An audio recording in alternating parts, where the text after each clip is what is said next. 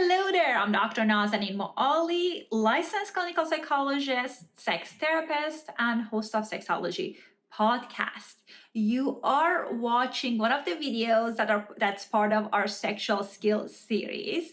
In this video, we're going to talk about impact play, erotic spanking. We're going to talk about what are some of the areas you want to make sure you are targeting for maximum pleasure.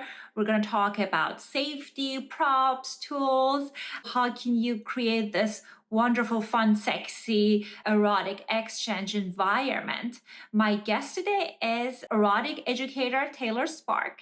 We're going to talk about her experience of teaching the skills for years and years. If you are interested to improve your sexual skill, make sure you are subscribing to our channel. We have lots of exciting classes and videos coming up, so you don't want to miss that. All right, here's our conversation. Hello and welcome to another episode of Sexology Podcast. I am so excited to welcome Taylor Spark on our show. Taylor, welcome to our show.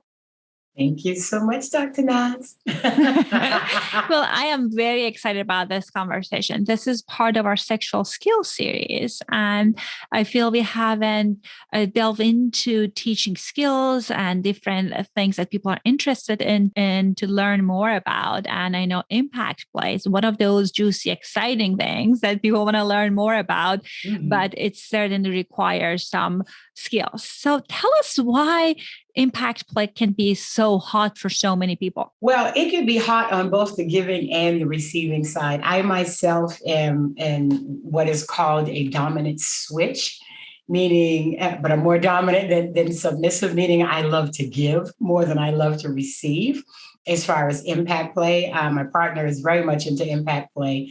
But for a lot of people, especially if you're doing impact play anywhere around the buttocks, what we don't realize is that the nerve endings from the genitals end right at the buttocks. For some people, things like spanking and flogging and being hit, very, very excited when it comes to impact play. Those of us who are also somewhat sadistic, meaning we get sexual enjoyment out of hitting and torturing and tying up people, on the giving side, it is sexually exciting for us to give this type of pain.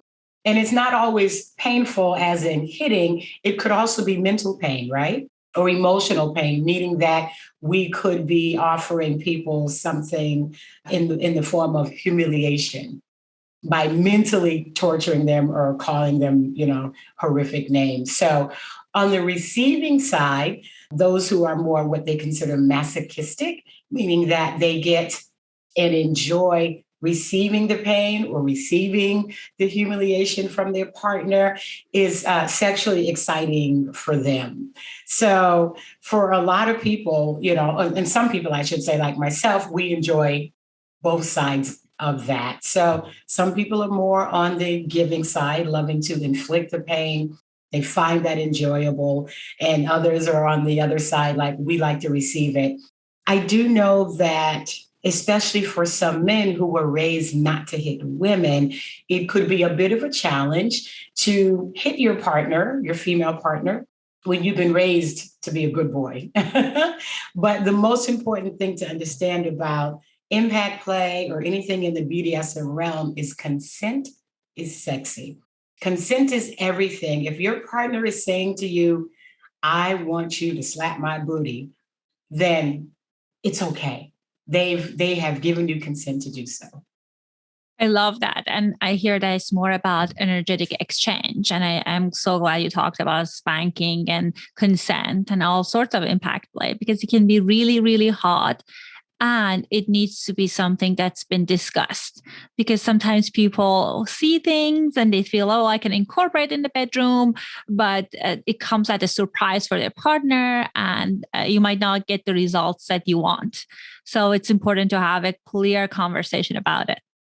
Yeah, you want to really go over some, things that you have been thinking about. And I always tell people, it's really important to use our words, right? And to bring this subject up with your partner. And let's say you saw something or you read something that for you, when you read it, it just sounded so exciting, like being blindfolded or being tied up. And you want to broach this subject with your partner. And I always suggest that you talk about this at a time, not when you're about to have sex or not when you're about to like just all of a sudden say, hit me, hit me now. You're like, wait, what? Why am I hitting you now? You know? So maybe over a cup of coffee or over dinner, the car is always the best because they're driving and they cannot escape the conversation, right? And you might want to say things like this, like, babe, you know what I really, really like? I love it when you do these things to me, this and this and this. And your partner's like, you really like that? Yeah, yeah, yeah. I really, really like that because, most of our partners want to please us. And then you would say, but you know what else I would really like to do for us to try together?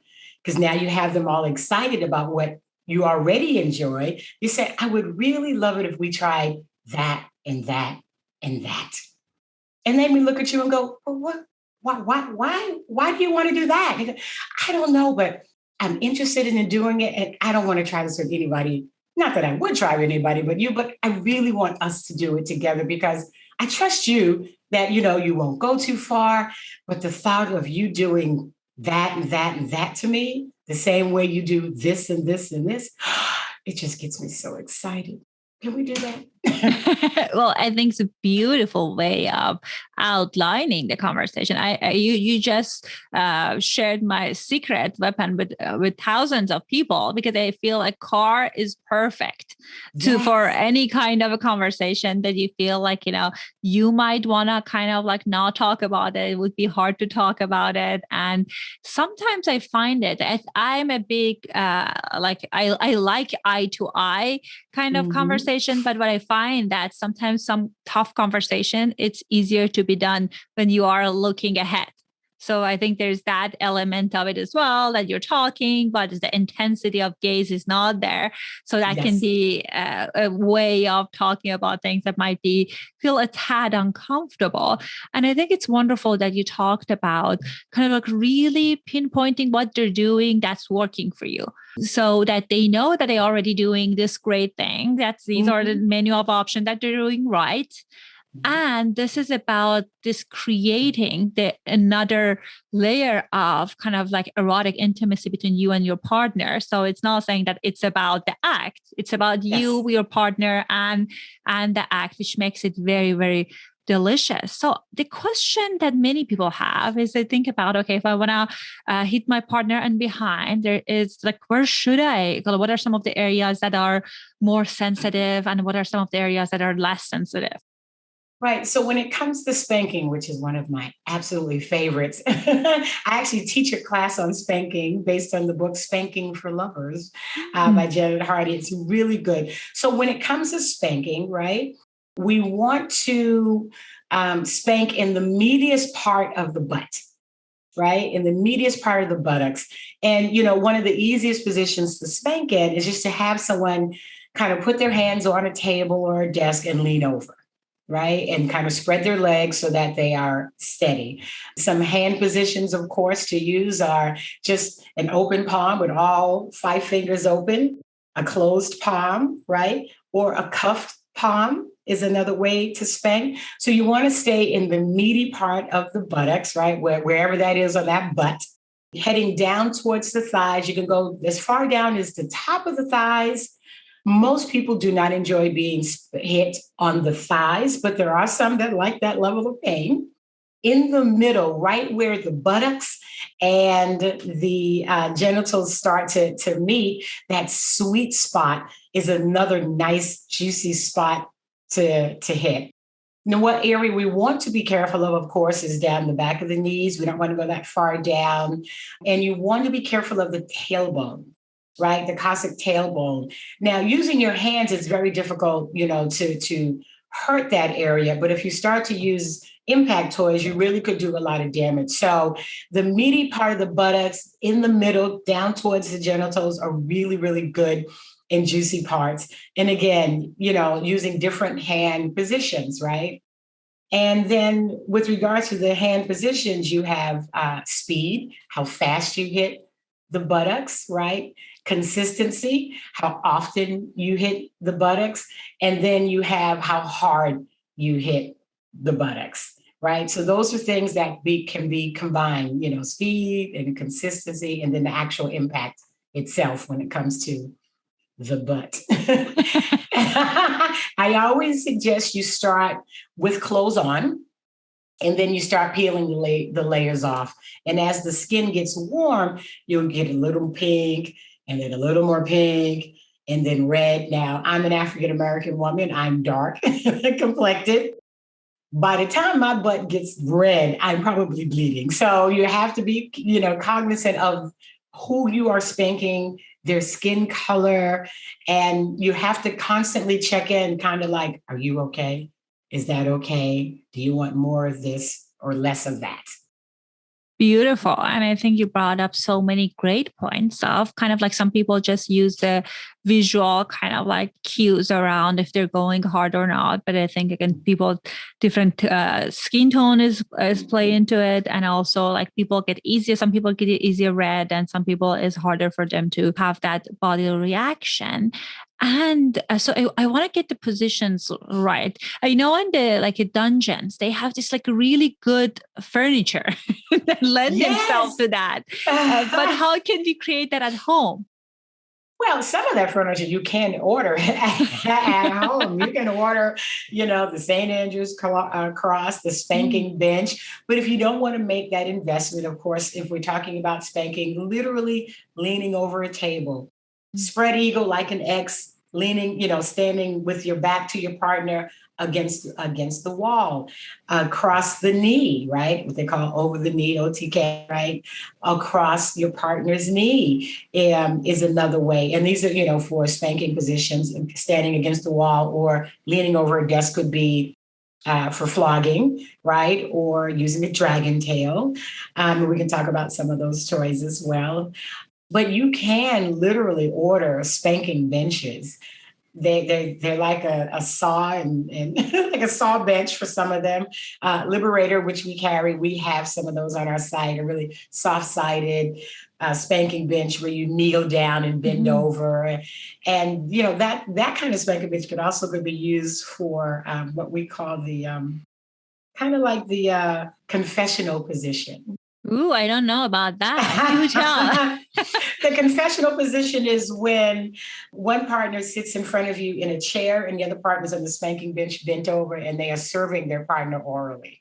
Oh, I wrote an article about that. I didn't know that's what it's called. Yeah. I thought it's something I created. Did you create the confessional position, girl? I did not know that's a legit thing. Well, you learn everything new, like something new every day. So tell me about the the impact part of it, right?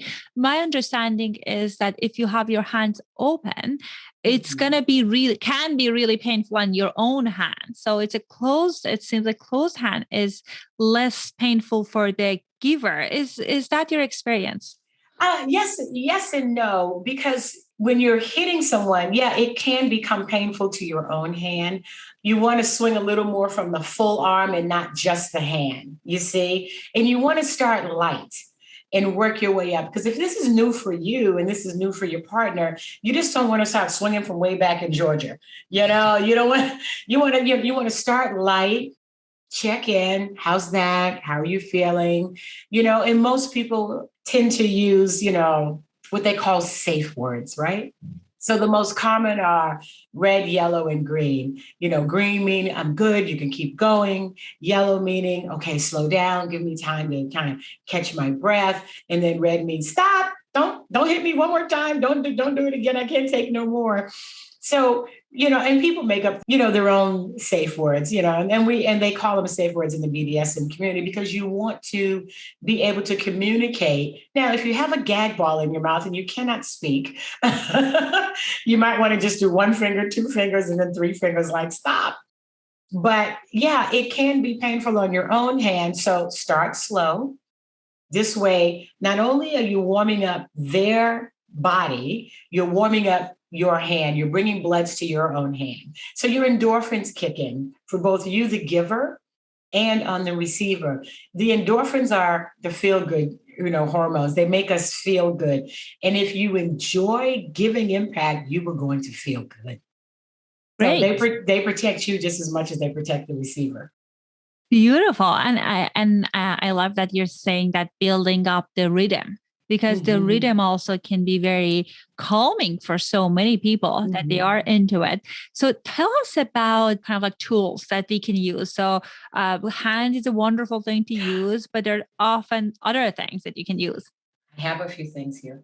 Oh, nice. And you need to describe it. I'm looking at it, but I need to know. This is a vegan leather paddle. It's about the size of a ping pong paddle, right? This one is padded, and it's what they call thuddy. So there's two kinds of impact. There's stingy and there is thuddy.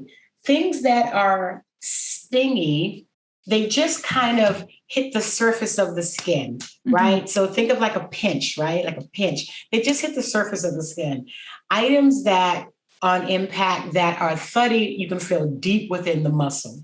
And everybody's different. You won't know until your partner goes, I don't hit me with that no more. I don't like that. So you have paddles, they come in round, they come in leather, expensive ones. They have some that have little nodules on them as well. But this one is very, very thuddy. Right? It looks like a old school brushes, right? Yeah. And you could use, and we're going to talk about pervertibles in a moment. Excellent. I was about to say that me and you are connected. I was thinking about pervertible, like do it at home. Okay. Yeah. So this is a rubber strap. It's very right. Think about your dad's belt, except it's rubber. It's very skinny. It's got a vegan leather handle. It's very, very lightweight, but it does leave some beautiful marks if you like those kind of things. Some people don't enjoy marks. I love leaving marks.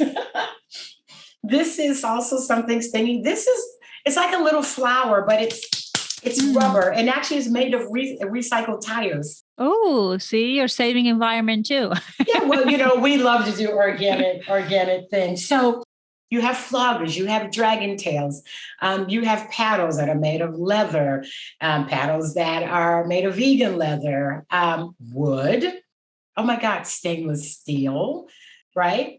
And then, of course, you have regular things around the house that we call pervertibles. So think about something that's perverted that you would never think to use in impact play, but you're going to convert it into something kinky. So one of our favorite pervertibles is the wooden spoon. Ooh, I like that. And it's shaped like heart, the one that you're showing me. Or it's shaped like a butt. Just depends on how you want to look at it, right? Right. But it's like a heart. So wooden spoons are good. They're kind of stingy, but they're really good. You can use them to hit the arms, the upper back, not the lower back, middle of the back. Always be careful of the spine. Always be careful, of the tailbone. They're good for hitting on meaty thighs, on the front of the thighs. Now, some people enjoy having the bottom of their feet slapped or spanked. I'm not one of them, but I don't yuck on anybody else's yum. So that now, for people who are really hardcore. Oh my God. Like I like impact play, but that seems another layer. This is a cutting board that really, if you really want some impact play and you really enjoy that level, I mean, some people have to work up to it. Some people, everyone's threshold for pain is different. You must constantly and consistently check in with your partner to see if what you're doing, they are enjoying it as much as you're doing it. It is your responsibility as the top or the dominant to make sure that your bottom or submissive is being cared for. Well, I think it's wonderful that you're talking about building the threshold and kind of being mindful of your partner and what they like, because it can be very exciting for people when they're getting into it. And I think it's important to have the safe word, as you mentioned. So I think that's really, really powerful for people to keep in mind that, okay, it could be, you can kind of like add as little or as much that you would like into this. What are some of the mistakes that people make when it comes to impact play? some of the mistakes they make are not asking enough questions before they start to play, or what we may call indulging in a scene. You need to talk to the partner, and especially if they're a new partner, you're just embarking upon this together, right? You need to ask them things like, is there anywhere on your body that I should not hit, or pinch or bite? Are there any triggers that I should be aware of? Meaning that you don't want to start spanking someone or slapping someone or choking someone, and suddenly they break down in tears and you're sitting in a corner in a ball, in a fetal position. You're like, what happened? And you're like, no, you don't understand, and you're like, you're like, what happened? It really could ruin the whole night. So ask, are there any triggers that I need to know about? Are there any injuries that you might have sustained recently that I need to know, like areas I need to stay away from? Like, oh yeah, I fell and I hurt my knee the other day. So don't tie up this leg, or don't lift this leg too high, right? So triggers, areas of the body to stay away from, any recent injuries that you need to know about. And of course, safe words, right? And then lastly, aftercare. What would they like for aftercare?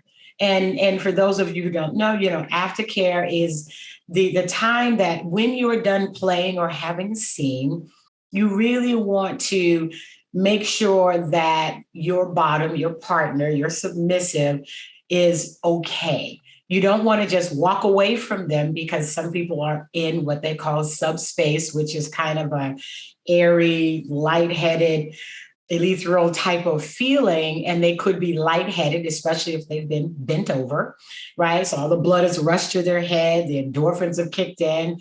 So you want to kind of make sure they're upright, they're okay, don't let them go. You want to sit them down someplace. Some people get cold, so you might want to give them a blanket, or they might want to hug. You might want to hold them. You just want to go, hey, that was fun, and walk the fuck away. Adios, then they collapse to the floor and bump their head or something. So you really want to care for them until they say, I'm good. Get them some water, because if they've been, moaning for some time, their throat could be dry, or crying. Their throat could be dry. So maybe we have some water nearby, and just sit with them for a moment until, the blood is level and they're feeling more of themselves. So some people do use impact play as a form of foreplay. So if you're going straight from impact play, you might go straight into sex from there. Some people enjoy receiving and giving sex when the bottom is in subspace, and that could be addicting in itself. What makes it so great? Well, because when you are in subspace, it's almost like being in space. The time, there is no time, so to speak. Your endorphins have kicked in. It's a very light and airy feeling. You feel safe, you feel loved during that time frame, but you're not able to really make decisions on your own, depending on how deep the subspace is. This is why it's important to involve yourself with someone that you trust. Some people, even in subspace, are able to say, hey, red, green, yellow, don't, stop. I've had enough. But some people get deep enough in subspace that they are not. So when you have impact play, you want to play with somebody that that you trust. And I think it's wonderful to check in, as you mentioned. And sometimes because of traumas we had in the past, and we have no awareness around it, and it's only in our body.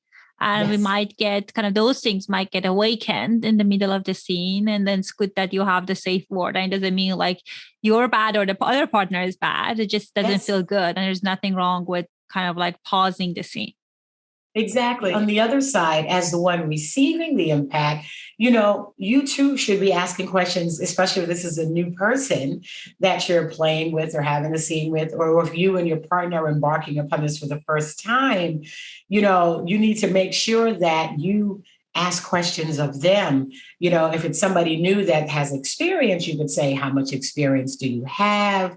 Are you a dominant? Are you sadistic? Because there are people who do the role of being a top or a dominant who are not sadistic, meaning that, yes, they can do this. They can give you the impact play. They can spank you and beat you and humiliate you, but it's not a turn on for them. They're not sadists. They're not a turn on. Making sure they understand your boundaries, right? When you say to them, hey, is it clear to you that I want to make sure that you do not touch me on my genitals, or you do not touch my breast, or you do not pull my hair during the scene? Are we clear before you start the scene? So it's also your responsibility, the person who is receiving, or the bottom or the submissive, to make sure that this person understands what your boundaries are. Beautiful. I like that, kind of like advocating for yourself, because Yes. sometimes we're communicating things, and for a number of different reasons, the person might not hear us clearly. So when you are reiterating that, it kind of like creates this emphasis on it that can be very powerful. And I think it's important to have, like, as you mentioned, conversation before and even after, to make sure everyone is okay and they're happy about what happened. And Yes. and it's wonderful that that's one of the classes that you teach. And I know you offer number of different trainings. I was very surprised with the breadth of your teachings. So tell us, if people are interested to learn more about you, your shop, the trainings, what are some of the places they can go? Well, you can find me on my website and all social media at Organic Lovin'. That's LOVEN.com. Yes, I do a lot of seminars at adults only cruises and hotel takeovers. I present at swinger conventions and sex expos, both in and out of the country. I do a lot out of the country and in the country as well, in Canada. As the world is opened back up, I'm out traveling again. So it's really, really good. During the shutdown during COVID, though, believe it or not, I was presenting at some virtual swinger parties. That was interesting. Well, that's definitely interesting. How do you swing though? Like, do you go to the breakout room and you swing? Kind of, yeah, because it was weird. So think about, it wasn't on a Zoom platform, but a similar platform, one that had offered much more privacy. And you can see everybody and everybody could see you. Of course, there were some people who were just voyeurs, and people had their like bedrooms decorated with red lights, and they were in lingerie, and there was an actual playroom. And then, there was instructors like myself. So I had my own room, and I was like on at 9 p.m. and people would all come into my room and they would watch me do my demo. I did a spank. I couldn't find a reel behind. So I bought one of those fake bottoms, like it's a fake booty with a vagina and an anus that guys use for sex. And I used that to demonstrate my spanking class. Did it feel okay? Like, I feel, to me, it doesn't feel like the same though.